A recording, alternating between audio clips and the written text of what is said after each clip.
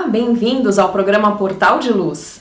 Hoje, dia 2 de abril, nós comemoramos o aniversário de nascimento de Francisco Cândido Xavier, que nasceu na cidade de Pedro Leopoldo em 1910. E como forma de celebrar essa data tão importante para todos os espíritas, nós vamos trazer, ao longo deste mês, trechos de um material inédito sobre a vida do médium. Mas antes, nós vamos ouvir juntos a mensagem psicografada por Chico Xavier. Meu filho, o lar é o berço do teu destino, templo aberto ao teu coração. Aí tens o porto a que o Senhor te conduziu no extenso e furioso mar da vida terrestre. Aprende a respirar dentro dele com o respeito e a bondade que a vida nos merece. Haverá, porventura, lição mais comovente que o esforço de teu pai por manter-te robusto, e poderemos acaso encontrar mais sublime testemunho de sacrifício e ternura que o carinho de tua mãe, esquecida de si mesma em favor de tua alegria? Quando a chuva lá fora enlameia a estrada e quando a ventania passa zunindo na altura, já pensaste na bênção do teto que te agasalha? A mesa, quando a sopa fumegante convida tua fome ao repasto, já refletiste na sublimidade do santuário que te abriga? Quando cansado te acolhes ao leito, já meditaste na doce e misteriosa mão de Deus que te sustenta o sono? Aprende a honrar tua casa no culto da gentileza, enriquecendo-a com o teu serviço constante no bem e santificando-a com o teu amor. O lar é o primeiro degrau com que o Todo Misericordioso nos induz a escalar o céu. Tua casa é o teu celeste jardim no mundo. Cultiva aí, nesse abençoado recanto de paz e trabalho, as flores do bem que nunca fenecem.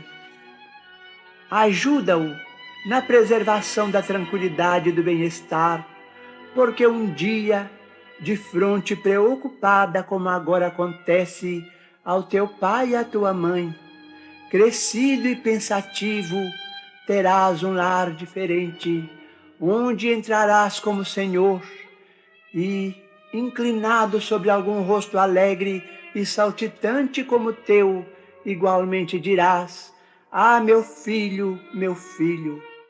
A nossa querida doutora Marlene Nobre, que conviveu longamente com o médium mineiro Chico Xavier, fez um depoimento no ano de 2006, 4 anos após a morte dele, e que até hoje nunca havia sido veiculado.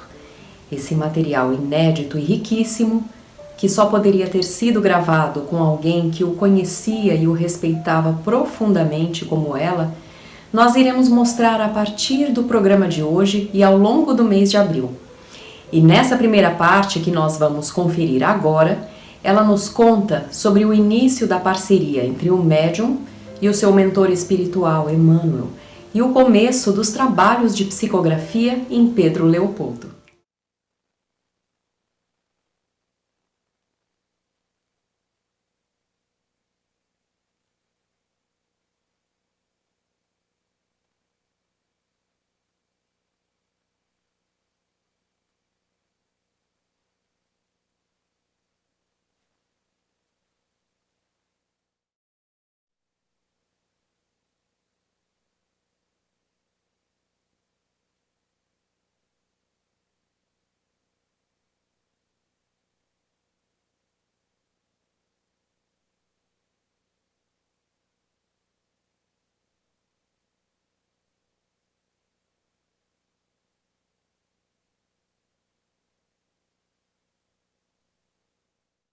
Hoje, 2 de abril de 2006, nós estamos no Centro Espírita Luiz Gonzaga, em Pedro Leopoldo.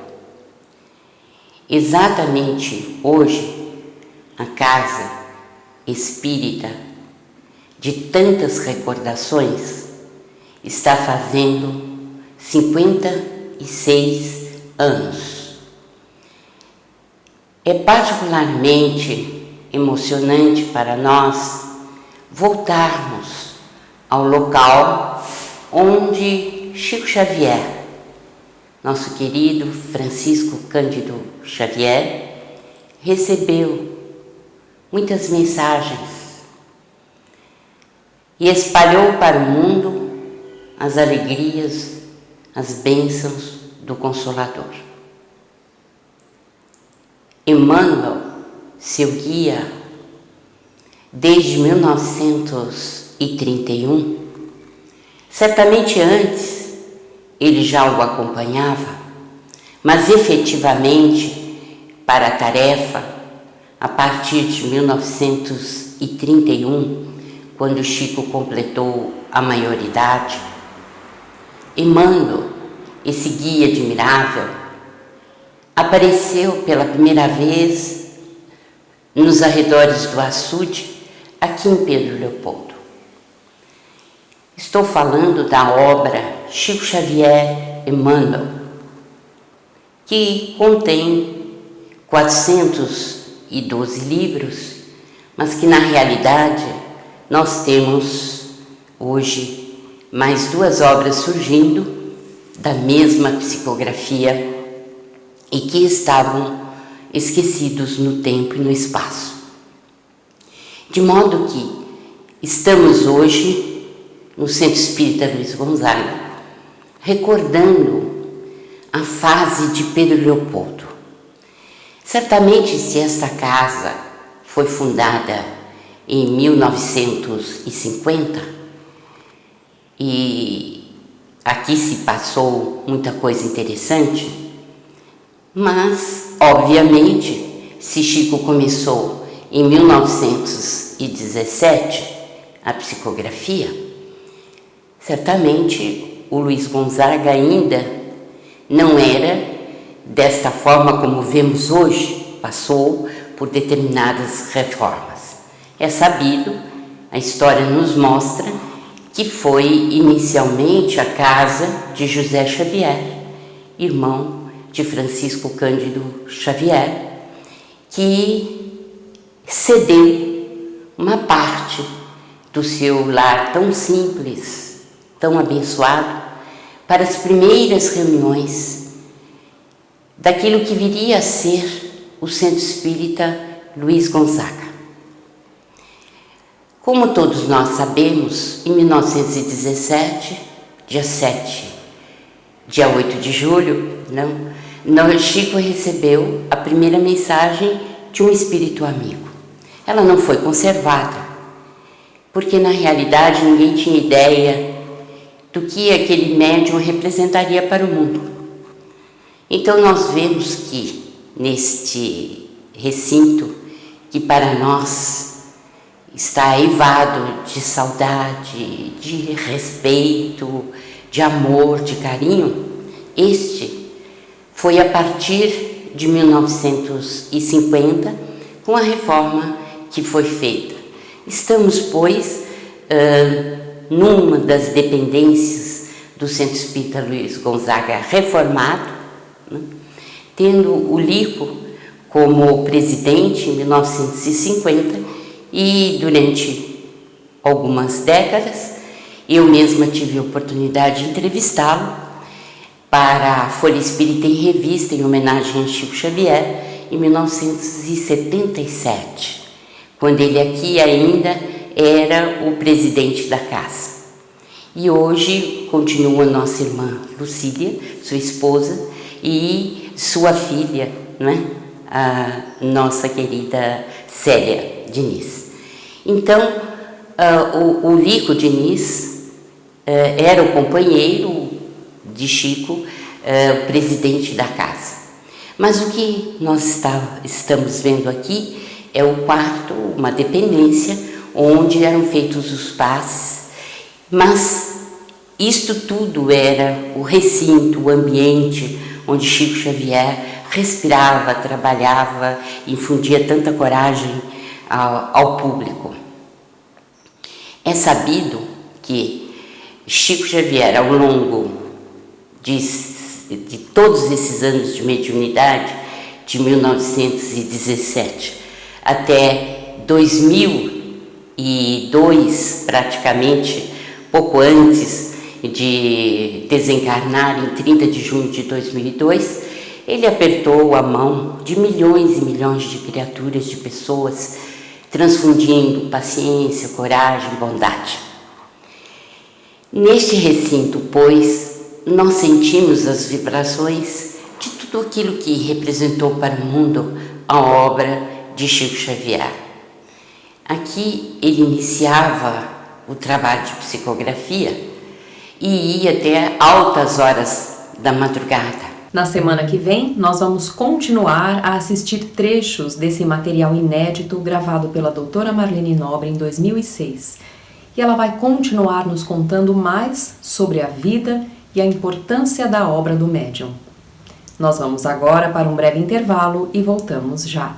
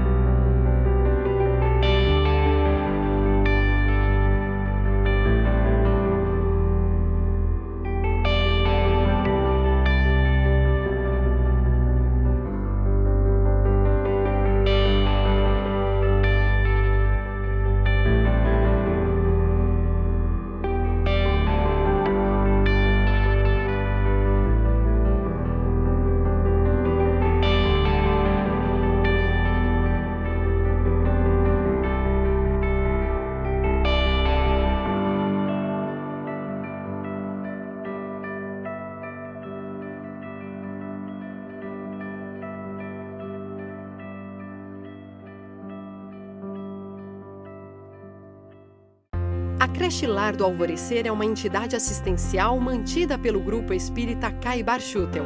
Localizada em Diadema, tem como propósito trabalhar pelo desenvolvimento de uma cultura de paz através da educação e da assistência a crianças, jovens e adultos. São 250 crianças atendidas diariamente. Conheça nossas atividades e colabore conosco pelo ideal de um mundo melhor.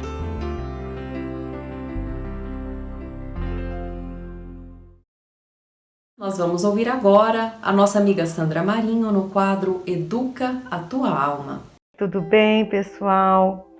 Queridos amigos, queridas amigas, quando nós lançamos o olhar, na história da civilização, em especial no mundo ocidental, a gente percebe que houve uma evolução na forma de tratar as crianças. Um exemplo dessa evolução a gente pode observar ao ler alguns poemas da grande poetisa Cora Coralina, que eu especialmente adoro, porque ela em seus poemas praticamente ela é uma autobiografia dela que ela faz, E ela passa pela sua infância na vida, enquanto ela era menina, no fim do século, em fins do século XIX, início do século XX. E ela revela para nós nesses versos, nos poemas, ela relata sobre a sua infância e que naquela ocasião a criança ela era tratada em segundo, em último plano, sem direitos e reprimida, quase nunca ouvida em suas necessidades, suas dúvidas, seus medos eram ignorados, se sentia só, sem carinho e sem contar com ninguém para satisfazer as suas dúvidas e curiosidades, tão comuns nessa fase da vida do ser humano. Bom, e nos dias atuais? Vou tomar como exemplo no Brasil, após a edição do Estatuto da Criança e do Adolescente, que completará 32 anos em julho, testemunhamos e ainda estamos vivenciando uma grande mudança na forma, no tratamento das nossas crianças e adolescentes do nosso país. No entanto, reconhecendo o necessário avanço, né, que nós obtivemos, né, com o referido marco legal, e sem nos aprofundarmos em questões legais ou de direito, vamos perceber que há uma fenda, né? Da mesma forma que evoluiu, também deixou uma grande fenda no tecido da sociedade em relação ao entendimento do que é certo e do que é errado. Entre os possíveis equívocos que podemos estar cometendo é não perceber o limite entre o que é trabalho infantil e o trabalho educativo, vamos chamar assim, né? Que é permitido às nossas crianças. Muitos pais equivocados e têm confundido a necessidade de ensinar e exigir dos seus filhos atitudes colaborativas e de compromisso com o estudo, por exemplo, com submetê-los à confusão entre isso e submetê-los ao trabalho além de suas forças e capacidade. São coisas bem diferentes. Se esquecem que crianças não são bibelôs e tampouco príncipes, princesas, né, de contos de fada.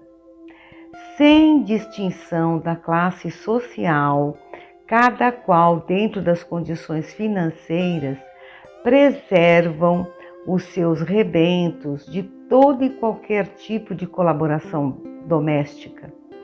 Cedem ao menor queixume para não irem à escola, cedem ao deixá-los por tempo indeterminado no celular, não lhes cobram a acompanhá-los, né, nos compromissos de família, entre outras concessões descabidas. Por outro lado, lhe dão tudo o que pedem, mesmo com o orçamento doméstico apertado muitas vezes. Dão um jeito de comprar os que os seus rebentos exigem. Quanto dinheiro empregado, gente, em compras de brinquedos que acabam sendo desprezados, descartados pelos seus donos, que já estão de olho no próximo lançamento.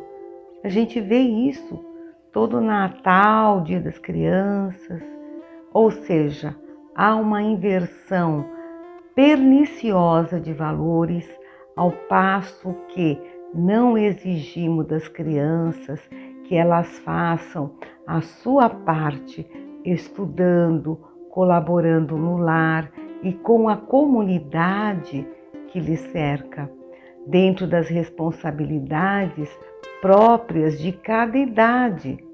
E nós, os adultos, arcamos com tudo, absolutamente tudo, e gratificamos ainda a criança que não se sente obrigada a fazer nada. Bom, tem uma musiquinha infantil que diz assim, eu ouvi muito, né? Porque a gente tem netinho, acabou ouvindo, né? Que fala, criança não trabalha, criança dá trabalho. Eu espero que os autores, ao escrever isso, quiseram, na verdade, estariam querendo dizer, né, que, e se referindo à exploração do trabalho infantil, né? Exigir da criança que trabalhe em detrimento de outras atividades, de brincar, né, da parte lúdica de toda criança. Eu espero que não tenha sido assim ao pé da letra, né, o entendimento de seus autores. E a gente aqui cabe lembrar que o Livro dos Espíritos, no capítulo 3, que o título é exatamente Lei do Trabalho, né?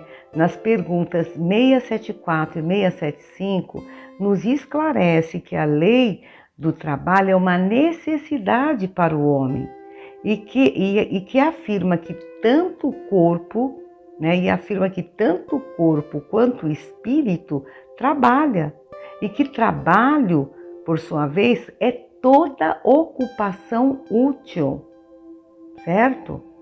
No livro Alvorada Cristã, psicografado por Chico Xavier, né, de autoria do espírito Neio Lúcio, tem um conto, né, uma fábula bem interessante, que conta mais ou menos assim, que um rei que estava super preocupado com seu filho e já havia consultado vários médicos, curandeiros, sem sucesso. O menino vivia enfastiado, sem ânimo, mal comia, estava definhando a cada dia. Um dia apareceu um velhinho perante o rei, propondo um novo tratamento para Julião, né, o príncipe doentinho. Exigia apenas que o rei concordasse que ele tivesse assim, plena autoridade sobre o garoto e o levasse até a sua casa por alguns dias. O rei consentiu e no dia seguinte, já na casa do bom velhinho, este pediu ao menino que o ajudasse a arrancar as ervas daninhas de um tomateiro. Bom, o príncipe aos gritos disse que não poderia, estava fraco, mas o velhinho convenceu a fazer o que ele pedia. Bom, puseram-se os dois a trabalhar limpando plantas, livrando as plantas de todas as pragas.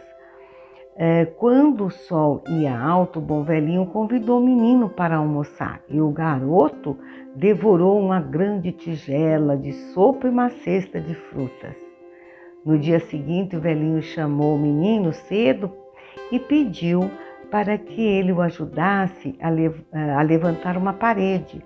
Julião aprendeu como lidar com os instrumentos e à tarde comeu ainda melhor.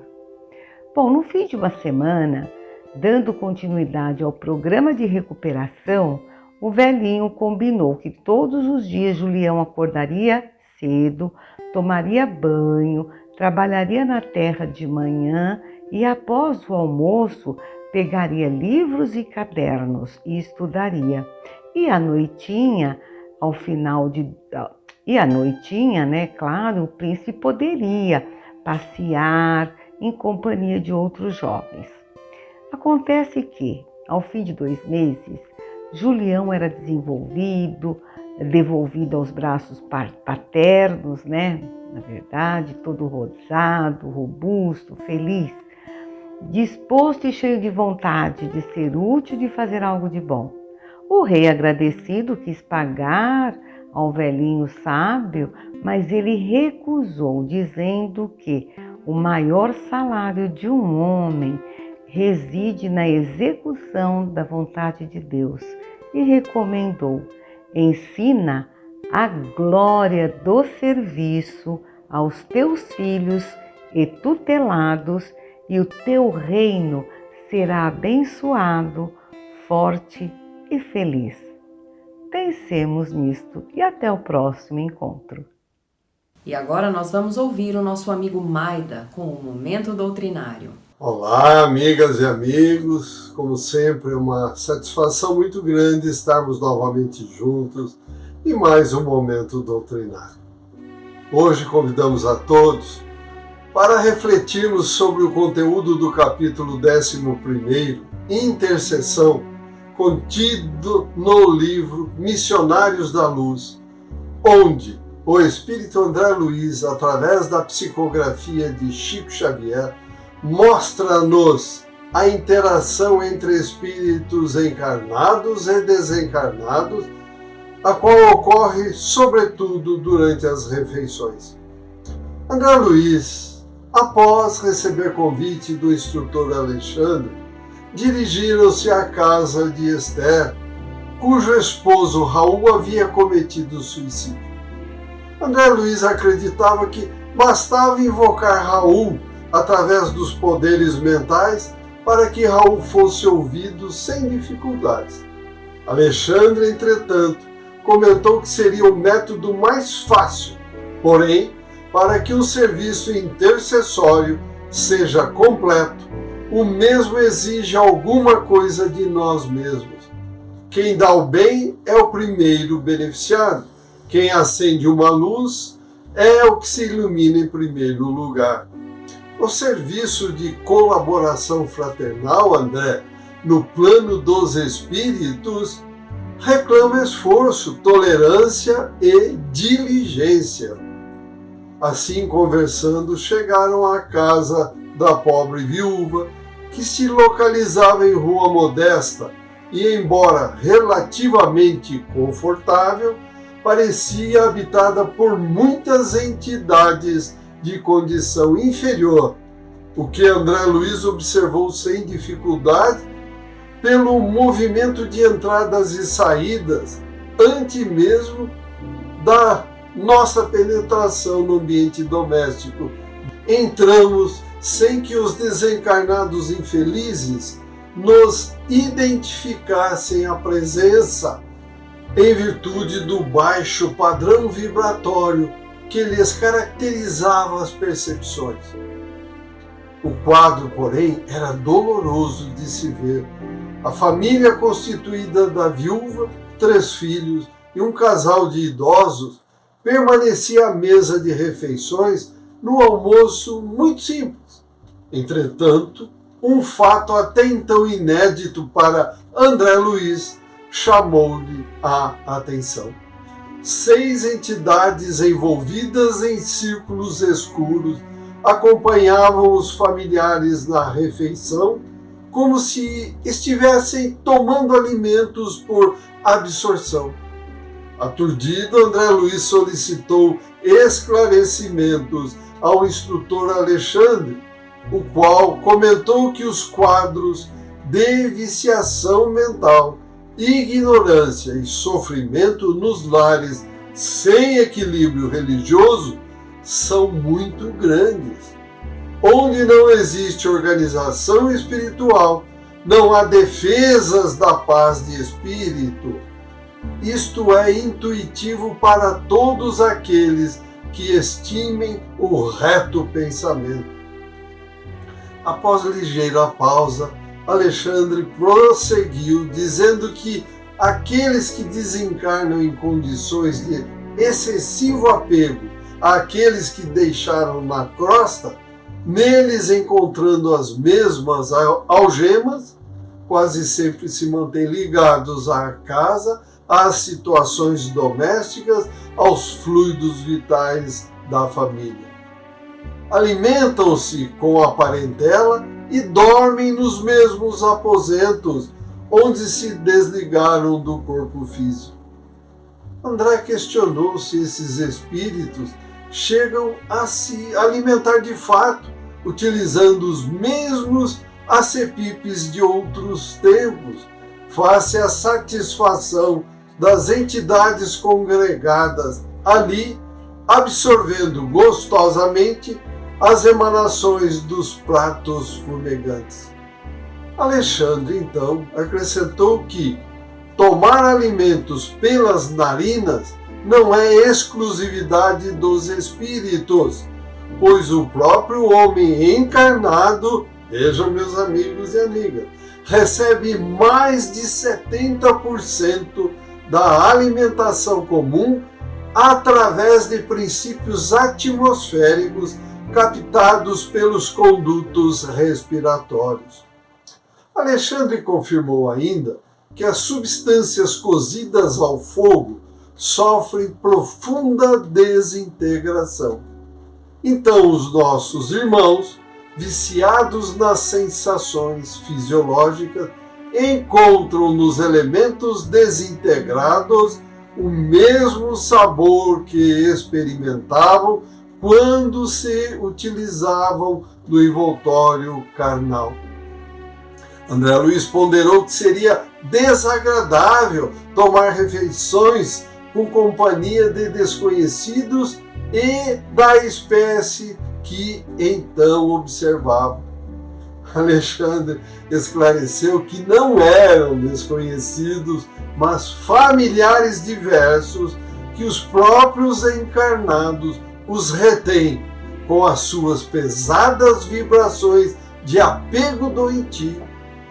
E Alexandre continuou: ainda que a mesa doméstica estivesse rodeada de entidades indignas, estranhas aos laços consanguíneos, resta a certeza de que as almas se reúnem obedecendo às tendências que lhes são características e à circunstância da qual cada espírito tem as companhias que prefere.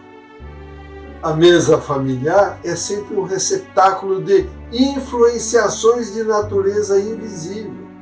Conserve-se a família em plano superior, rendendo culto às experiências elevadas da vida e não à maledicência, para que os orientadores da iluminação espiritual possam se aproximar, lançando no terreno da palestra construtiva as sementes das ideias novas, que então se movimentam com a beleza sublime da espontaneidade.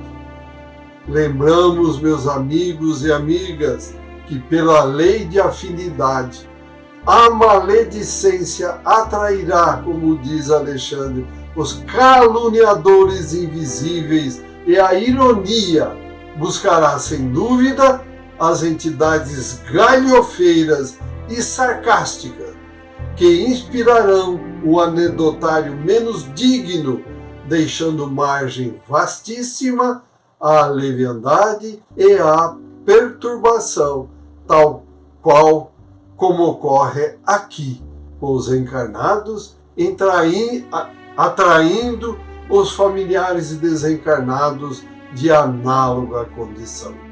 É o vampirismo recíproco. E Alexandre concluiu: todos deveriam confiar na bondade de Deus. Amigas e amigos, sugerimos a todos nós orar e vigiar. Vigiar o quê? Os nossos pensamentos, para tentarmos melhorar as companhias espirituais em nossas refeições. Boas reflexões. Agradecemos pela companhia e convidamos a todos para que continuem a acompanhar o Portal de Luz e que compartilhem esses nossos estudos nas redes sociais. Desejamos muita saúde, paz, equilíbrio e amor no coração. Até o próximo encontro. Fiquem com Deus. Estamos encerrando por aqui. Se inscreva no nosso canal no YouTube, é o Caibar-Schutel, e acione o sininho para receber as notificações dos nossos programas, aulas e estudos. Muito obrigada e até a próxima!